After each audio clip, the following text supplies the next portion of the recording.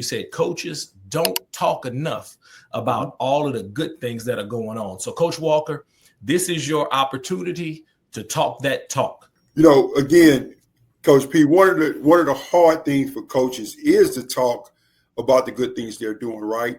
And so a lot of times they get lost in the shuffle because they don't, and people think it's just supposed to happen that way. When it takes a whole lot of things and a whole lot of work and a whole lot of energy that they put into actually what they do, and athletic directors do the same. And so, when you come and you talk about Houston ISD and Houston ISD athletics, of course, we have some of the highest growth that has ever taken place in the classroom, right? We always want to talk about academics first because we know academics comes first, athletics is second, and then when you have both of them together, that equals success.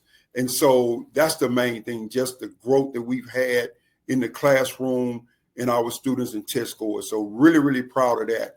And then, when you talk about on the field, the courts and those different things, we've just had a ton of success, and it hasn't happened overnight. There's been time put into it, and our coaches have put a lot of time and a lot of effort into the things that they do.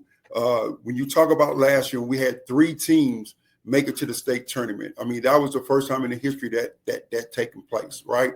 When you talk about football teams making it to places that they haven't made it before, teams that have never made it to the playoffs, and they make it to the playoffs.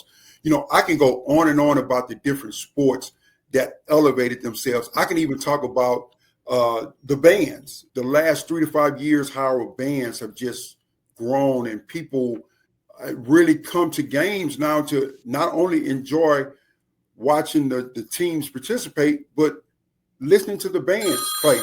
We had success with tennis and golf and those things that folks we haven't had a lot of success in the past. Now we're starting to have those things. And again, that's just hard work of students and coaches and communities actually working together. And I think that's the key. When you work together, all things are possible when you work together.